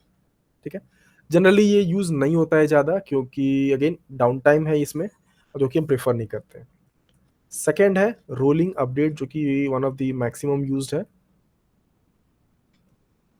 ठीक है, अभी ये समझो कि हम जब एप्लीकेशन, जैसे हमारा समझो कि ये क्यूबरनेटिस क्लस्टर है, ठीक है, इसके अंदर हमने एप्लीकेशन को डिप्लॉय किया है। 3 सर्वर हैं, तीनों पे हमारा एप्लीकेशन चल रहा है, तीनों सेम सर्वर है। कॉपीज हमने 3 सर्वर क्यों रखा है, क्योंकि अगर ट्रैफिक बहुत ज़्यादा आ रहा है, तो अगर पहला सर्वर ओवरलोड हो गया, तो बाकी के 2 सर्वर पे ट्रैफिक रीडायरेक्ट हो जाए, ताकि वो स्टेबल रहे। ठीक है, अभी समझो कि ये तीनों वर्जन 1 है। ठीक है, हमें क्या करना है, वर्जन 1 से वर्जन 2 पे अपग्रेड करना है। रोलिंग अपडेट में क्या होता है कि हम डाउन, पूरे एप्लीकेशन को डाउन नहीं करते हैं, वन बाय वन हम चीज़ों को अपग्रेड करेंगे। जैसे कि हमने वर्जन 1 है, इसको हमने डाउन किया, फिर इसको अपग्रेड किया हमने वर्जन 2 पे। ठीक है, तो फिर भी देखो, जब ये डाउन था, उसी सेम टाइम अदर जो सर्वर थे सेम एप्लीकेशन के, वो रनिंग है। मतलब एप्लीकेशन कंप्लीटली डाउन नहीं हुआ, एप्लीकेशन स्टिल एक्सेसिबल है। सिमिलरली हम फिर क्या करेंगे, टू वर्जन, ये जो सेकंड सर्वर है, उसको डाउन करेंगे, उसमें वर्जन 2 डिप्लॉय करेंगे, और फिर सेम चीज करेंगे, और इसके लिए, सॉरी, थर्ड सर्वर के लिए। बेनिफिट यहाँ पे क्या हो रहा है कि डाउन टाइम नहीं होगा। क्यों नहीं होगा, क्योंकि हम एक एक server one by one update कर रहे हैं, तो ऐसा कोई पॉइंट नहीं आ रहा है हमारे अपग्रेडेशन में जिसमें कि सारे के सारे सर्वर डाउन हो। एक पॉइंट पे एक सर्वर ही डाउन है। तो बेनिफिट इसका ये है कि रोलिंग अपडेट में कि डाउन टाइम नहीं होता है। ठीक है, ये one of the most utilized है। तीसरा हम समझते हैं blue green. Blue green deployment strategy ये भी काफ़ी यूज होता है, और इसमें भी डाउन टाइम नहीं है। अभी समझते हैं कैसे। समझो कि ये यूज़र है या फिर पब्लिक है, जो टारगेट ऑडियंस है हमारी। ठीक है, और इसको हम कहते हैं सर्विस। अभी समझो कि करंटली हमारा एप्लीकेशन जो डिप्लॉयड है वर्जन 1, ठीक है, वो एक सर्वर पे डिप्लॉयड है, और इसको हम कहेंगे ब्लू इन्वायरमेंट। ठीक है, हो क्या रहा है अभी कि ये वर्जन 1 है, यूज़र जब भी, जैसे URL है कि xyz.com, यूज़र जब भी xyz.com टाइप कर रहा है, तो वो डायरेक्ट हो जा रहा है मतलब वेबसाइट को एक्सेस करने में, जो कि वर्जन 1 है। हमें अगर एप्लीकेशन को अपग्रेड करना है वर्जन 2 पे, तो हम क्या करते हैं, एक नए सर्वर पे हम अपना वर्जन 2 डिप्लॉय कर देंगे। ठीक है, इसको हम कहेंगे ग्रीन इन्वायरमेंट। देखो अभी क्या है, ये पब्लिकली एक्सेसिबल है, तो ये ब्लू इन्वायरमेंट हुआ। इसको हम कहेंगे क्या है, ये लाइव है। ठीक है, और ये ग्रीन इन्वायरमेंट दूसरा इन्वायरमेंट है, जो कि अभी इस पे वर्जन 2 हमने डिप्लॉय कर दिया है, हम उसको प्रॉपरली टेस्ट कर रहे हैं। ठीक है, हमने जब टेस्ट कर दिया, तो हम क्या करेंगे, फिर ये सर्विस से यहाँ पे हट डिस्कनेक्ट कर देंगे, इसको कनेक्ट कर देंगे इससे वर्जन 2 से। तो अब जब यूजर टाइप करेगा xyz.com, तो वो डायरेक्ट कहाँ हो रहा है, ग्रीन इन्वायरमेंट में वर्जन 2 पे। तो यहाँ क्या हुआ, अब ये बन गया live environment, right. Green environment बन गया लाइव इन्वायरमेंट। सिमिलरली जब वर्जन 3 आएगा तो उसको हम डिप्लॉय कर देंगे इधर, और फिर टेस्टिंग करने के बाद पब्लिक को रीडायरेक्ट कर देंगे इधर, तो ये बन जाएगा हमारा फिर लाइव इन्वायरमेंट। तो यहाँ पे देखो एक तो दिक्कत, फायदे की बात ये है कि कोई डाउन टाइम नहीं है, ठीक है, क्योंकि at a time one server चल ही रहा है, एक एक वर्जन चल ही रहा है हमारा ऑलवेज। इसमें बस नुकसान एक चीज है कि ये बहुत कॉस्टली होगा, क्योंकि आप जब दो दो डिप्लॉयमेंट लेके चल रहे हो, एक ब्लू इन्वायरमेंट एक ग्रीन इन्वायरमेंट, जो कि एक टाइम पे एक लाइव इन्वायरमेंट है एक अपना इंटरनल इन्वायरमेंट है, तो कॉस्टली चले होगा ही होगा, क्योंकि दो दो इन्वायरमेंट आप लेके चल रहे हो, ठीक है। ये ब्लू ग्रीन हुआ। उसके बाद है हमारा कैनरी, ठीक है। इसको समझो ऐसे कि करंटली वर्जन 1 है, ठीक है, और यूजर्स अपना एक्सेस करके इसको चल रहे हैं, ठीक है। तो इसको फिर क्या करेंगे कि 100% हमारा वर्जन 1 डिप्लॉयड है, 100% पब्लिक को वर्जन 1 ही दिख रहा है। हमें जब वर्जन 2 पे अपग्रेड करना होगा तो हम क्या करते हैं, एक और सर्वर क्रिएट करेंगे, ठीक है, वर्जन 2। अभी चेंजेस ऐसा कर देंगे कि ये मतलब जैसे 100% 100 लोग हैं, 100 यूजर्स हैं, वो अपना टाइप कर रहे हैं xyz.com। अभी क्या होगा, जब कैनरी डिप्लॉयमेंट हम यूज करेंगे तो दूसरे सर्वर पे हम कर देंगे कि 5% ट्रैफिक इधर जाए, 95% ट्रैफिक इधर जाए, ठीक है। तो इसमें हमें एक डेटा भी मिलता रहेगा कि कौन सी पब्लिक, मतलब कि हम इसको भी मॉनिटर करते रहेंगे वर्जन 2 जिसमें 5% ट्रैफिक आ रहा है, कि ये कैसा बिहेव कर रहा है, अच्छे से काम कर रहा है कि नहीं। अच्छे से काम करेगा तो फिर हम इसी को चेंज करके 100% कर देंगे और इसको हो जाएगा 0%, ठीक है। यहाँ भी वही बेनिफिट है कि डाउन टाइम नहीं है। इन सिंपल वर्ड्स ये समझो, कैरी डिप्लॉयमेंट क्या होता है कि जब आप डिप्लॉय करते हो किसी एप्लीकेशन को और आपको अपग्रेड करना है दूसरी वर्जन पे, तो नए वर्जन को आप कर दोगे कोशिश कि वो किसी स्मॉल ग्रुप ऑफ पीपल पे एक्सेसिबल हो। जैसे अगर 100 लोग एक्सेस करने आ रहे हैं तो हम करेंगे कि 10% या 5% वर्जन 2 एक्सेस हो रहा है, बाकी 90% जो है वर्जन 90% यूजर्स को वर्जन 1 हो रहा है एक्सेस। अब ये इंप्लीमेंट कैसे होता है, इसके लिए एक टूल है हमारे पास, Istio service mesh using Istio। इसके थ्रू हम इंप्लीमेंट कर सकते हैं, इस पर डिफाइन कर सकते हैं कि अगर 100 लोगों का एक्सेस रिक्वेस्ट आ रहा है जिसमें, तो 10% को वर्जन 2 विजिबल होना चाहिए, 90% को वर्जन 1। अगर यहाँ अच्छा रिस्पॉन्स आता है तो हम वर्जन 2 को 100% कर देंगे और इसको 0% कर देंगे, ठीक है। अभी हम समझते हैं नेक्स्ट, इसका नाम है शैडो डिप्लॉयमेंट स्ट्रैटेजी। अभी शैडो डिप्लॉयमेंट स्ट्रैटेजी क्या है, अच्छा यहाँ पे भी देखो, इसमें भी सेम चीज हो रहा है कि हमें दो दो वर्जन्स लेके चल रहे हैं, तो ये भी थोड़ा कॉस्टली होगा, ठीक है। शैडो डिप्लॉयमेंट में क्या है कि जैसे ये हमारा वर्जन 1 है, इसको कि यूजर्स एक्सेस कर रहे हैं, तो हम एक अलग सर्वर पे वर्जन 2 डिप्लॉय करेंगे। अब यहाँ से मान लो 10 लोग हैं जिनकी जो ट्रैफिक भेज रहे हैं, मतलब जो एक्सेस करने का ट्राई कर रहे हैं, तो हम क्या करते हैं कि इस 10 लोगों का ट्रैफिक जो भी यहाँ जा रहा है उसको मिमिक करेंगे, यहाँ पे मिमिक करेंगे ताकि हम रियल टाइम ट्रैफिक से टेस्ट कर सके कि हमारा एप्लीकेशन कैसे बिहेव कर रहा है। जैसे कि मान लो यहाँ पे 10 यूजर है, इसमें से 2 ने यहाँ पे रिक्वेस्ट भेजा, और मान लो ये कोई ई कॉमर्स वेबसाइट है, वहाँ पे उन्होंने 10 रुपए का ट्रांजेक्शन किया, right. Same kind of transaction इधर भी होगा, बस ये है कि यहाँ से जो भी ट्रांजेक्शन कंप्लीट हुआ तो इनको फीडबैक मिलेगा कि हाँ, ये ट्रांजेक्शन इज कंप्लीटेड। लेकिन ये जो वर्जन 2 है जो कि अभी टेस्टिंग में है, यहाँ से कोई फीडबैक नहीं जाएगा, यहाँ से कोई रिस्पॉन्स नहीं जाएगा यूजर्स को, यहाँ से टेस्टिंग चल रही है रियल ट्रैफिक के साथ कि हाउ इट इज बिहेविंग, ये बिहेव कैसे कर रहा है ये वर्जन, ठीक है। ये होता है शैडो, यहाँ पे बेसिकली शैडोइंग हो रही है। नेक्स्ट वर्जन है हमारे पास ए बी टेस्टिंग, एक तरह का डिप्लॉयमेंट स्ट्रेटेजी है। अभी समझते हैं इसमें क्या होता है। हमारे पास एक वर्जन 1 डिप्लॉयड है, एक वर्जन 2 डिप्लॉयड है। चेंजेस मान लो समझ लेते हैं कि यहाँ पे एक रेड बटन है, यहाँ पे सेम टास्क के लिए ब्लू बटन है, राइट। हम क्या करते हैं, जो यूजर्स हैं उनमें हम 50% ट्रैफिक जाएगा इधर, 50% ट्रैफिक जाएगा इधर। इसमें क्या होता है ये समझो, मेनली अपग्रेड करने के लिए नहीं होता है, बल्कि मेनली ये देखने के लिए होता है कि कौन सा वर्जन बेटर है। जैसे मैंने बोला कि यहाँ पे रेड बटन है, यहाँ पे ब्लू बटन है, तो यूज ये लोग चेक करेंगे कि कौन सा बटन ज़्यादा क्लिक हो रहा है, मीन्स कौन से बटन से ज़्यादा ट्रांज़ैक्शन हो रहे हैं। तो उससे ये पता चलेगा कि पब्लिक को कौन सा बटन ज़्यादा मतलब अट्रैक्टिव लग रहा है या फिर जो कि ज़्यादा बेनिफिशियल लग रहा है। तो जैसे कि मान लो हमने चेक किया कि अगर 100 ट्रैफ़िक आया टोटल, इसमें 50 लोगों की ट्रैफ़िक इधर गई, 50 लोगों की ट्रैफ़िक इधर गई। हमने देखा कि जो ब्लू बटन है, ये बहुत ज़्यादा क्लिक हुआ है as compare to red button. तो हम क्या करेंगे, प्रोसीड करेंगे फिर वर्ज़न 2 को डिप्लॉय करने से, क्योंकि ये बेटर रिस्पॉन्स दिया। ठीक है? ये होता है हमारी डिप्लॉयमेंट स्ट्रैटेजीज़। अभी क्या है देखो, जैसे ये स्टेजेज़ मैंने एक्सप्लेन किया, ये हम इम्प्लीमेंट भी करेंगे इन फ्यूचर। पर अभी हम एक बार मैं समराइज़ कर देता हूँ कि हमने क्या-क्या सीखा। सबसे पहले हमने देखा डेवऑप्स क्या है, ठीक है? क्लियरली ये चीज़ दिमाग में बैठा लेना, डेवऑप्स कोई सिंगल टूल या टेक्नोलॉजी नहीं है, टेक्नोलॉजी भी नहीं है, डेवऑप्स एक प्रोसेस है, एक फ्लो है। किस चीज़ का फ्लो है? किसी काम को करने का, कौन-सा काम करने का? एप्लीकेशन को बिल्ड और डिप्लॉय करना, साथ-साथ मॉनिटर करना, सिक्योरिटी चेक्स रन करना, सारी चीज़ें जो भी स्टेप्स इन्वॉल्व्ड हैं, उन सभी प्रोसेस को प्रॉपर्ली करना, बेस्ट प्रैक्टिस को फॉलो करके, वो हमारा डेवऑप्स है। डेवसेकऑप्स क्या है? जब सिक्योरिटी हमारा one of the primary concern बनता है, प्लस हम फोकस करते हैं कि हर एक स्टेज पे कोई भी चीज़ हम इम्प्लीमेंट कर रहे हैं, उस हर एक स्टेज पे हम सिक्योरिटी को इंटीग्रेट करें, तब हम कहते हैं कि हाँ, हमारा पाइपलाइन जो है वो डेवसेकऑप्स काइंड ऑफ पाइपलाइन है। ठीक है?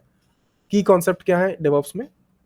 सीआई/सीडी फर्स्ट ऑफ ऑल बैकबोन है, आईएसी है, ऑटोमेशन है, माइक्रो सर्विसेज है, गिट है, सिक्योरिटी है, राइट? बेनिफिट्स क्या है हमारे पास डेवऑप्स और डेवसेकऑप्स का? बेनिफिट मेन ये है कि जो भी प्रोसेस है, फर्स्टली कोई भी चेंजेस हमें डिप्लॉय करना है, नया फीचर ऐड करना है, तो वो बहुत जल्दी हो जाता है। हम ऑटोमेशन लगा के चल रहे हैं और हमारा एप्लीकेशन जो भी है, जो भी डिप्लॉय हो रहा है, हमेशा बेस्ट क्वालिटी का डिप्लॉय हो रहा है। ठीक है? ये चीज़ें हैं। Okay, second. गाइस, जो भी अगर आपका क्वेश्चन है ना, आप टेक्स्ट में आप डालो, मैं एक-एक करके टेक्स्ट को लेता हूँ, टेक्स्ट आंसर करता हूँ, ठीक है? आप मैसेजेस जो भी हैं, आप अ, मल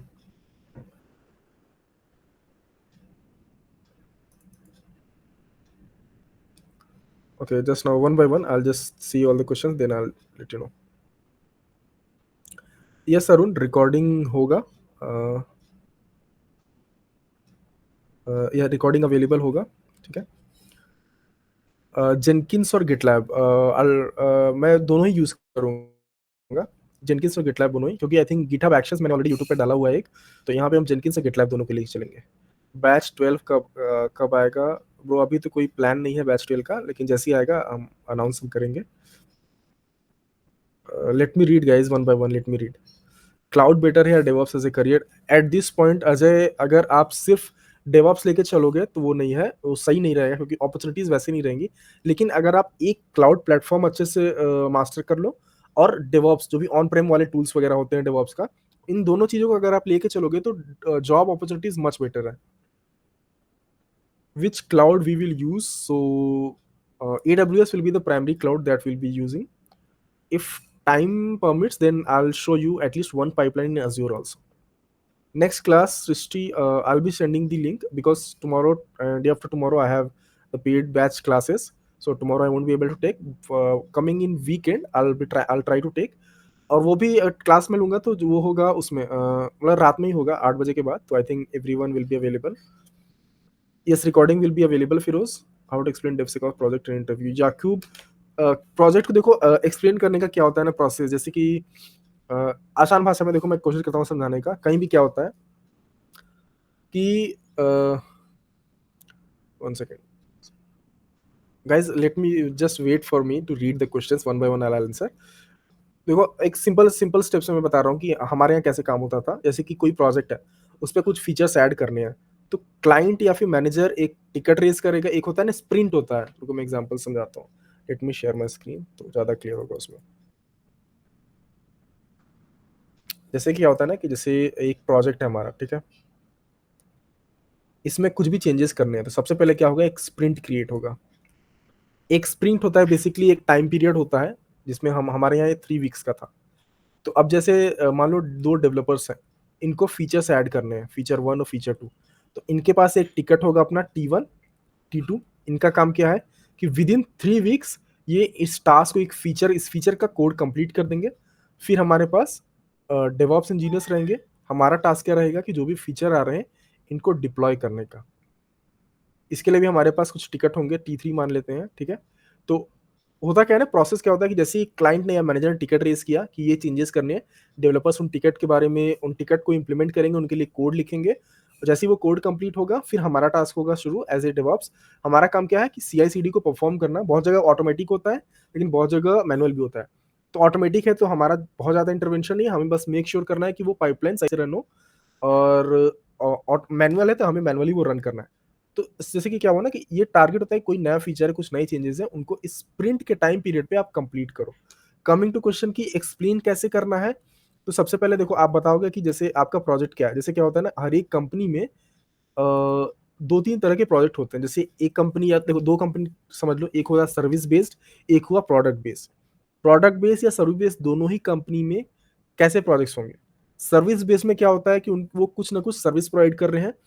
अब सर्विस भी प्रोवाइड कर रहे हैं, जैसे क्लाइंट, जैसे कंपनी का C1 है कंपनी, ठीक है। क्लाइंट है हमारे पास, क्लाइंट 1। C1 क्या करती है, एक सर्विस प्रोवाइड करती है। सर्विस में समझो जैसे कि VM प्रोवाइड कर रही है या किसी तरह का प्लेटफॉर्म प्रोवाइड कर रही है, ठीक है। क्लाइंट को अगर वो सर्विसेज चाहिए, कहाँ जाएगा क्लाइंट? तो कंपनी का एक वेबसाइट होगा, इंटरनल या एक्सटर्नल, जहाँ पे क्लाइंट जाएगा और वहाँ से इन चीज़ों के लिए रिक्वेस्ट रेज़ करेगा। अब ये जो वेबसाइट है, ये हो जाएगा तुम्हारा डेवऑप्स प्रोजेक्ट, जिसको तुम इंटरव्यू में बोल सकते हो। देखो, चाहे सर्विस हो या प्रोडक्ट, प्रोडक्ट बेस्ड कंपनी में वो प्रोडक्ट सेल करते हैं।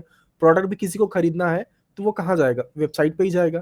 तो दोनों सिनेरियो में तुम ये प्रोजेक्ट डायरेक्टली मेंशन कर सकते हो रिज्यूमे में कि ये मैंने जैसे देखो हमारे यहाँ क्या था कि मैं इंटरव्यूज़ में भी जाता हूँ, तो मैं यही चीज़ सबसे पहले एक्सप्लेन करता हूँ कि वो पूछते हैं कैसा प्रोजेक्ट था? तो मेरा प्रोजेक्ट था एक वेबसाइट जहाँ से आप प्रोविज़न कर सकते हो मेरे सर्विसेज़ को या प्रोडक्ट्स को, ठीक है? अब ये हमने बता दिया कि हमारा ये वेबसाइट, हमारा ये प्रोजेक्ट है जहाँ से आप रिक्वेस्ट रेज़ कर सकते हो सर्विसेज़ के लिए या प्रोडक्ट्स के लिए। दूसरा स्टेप्स होता है कि उसमें वो पूछेंगे आपका क्या रोल था? तो आप बोलोगे कि मैंने जॉइन किया था जब जो वेबसाइट नई-नई बनी थी, तो मेरा काम था प्रॉपर्ली पाइपलाइन क्रिएट करना। अब पाइपलाइन में क्या स्टेजेस थे? ये स्टेजेस थे। अब उसके बाद वो पूछ सकते हैं, स्टेजेस में आपको अच्छे से आना चाहिए। उसके बाद वो पूछ सकते हैं कि कोई इश्यू बताओ जो तुमने फेस किया हो, ठीक है? ये पूछ सकते हैं, प्लस कुछ पाइपलाइन में जैसे कुछ स्टेजेस होते हैं, सोनार क्यूब है, ट्रिवी है, ठीक है? तो उनके बारे में वो पूछ सकते हैं कि सोनार क्यूब क्या कर रहा है, कोड क्वालिटी चेक क्या है, फिर क्वालिटी गेट चेक क्या है, ठीक है? कोड कवरेज क्या है, ठीक है? तो ये सारी चीज़ें आनी चाहिए, प्लस कुबरनेटिस का अच्छा आइडिया होना चाहिए और डॉकर का। मेनली अगर इतनी चीज़ें हैं तो ठीक है। बस प्रोजेक्ट एक्सप्लेन करने के लिए ये स्टेजेस आप बता दोगे वो मोर देन इनफ है।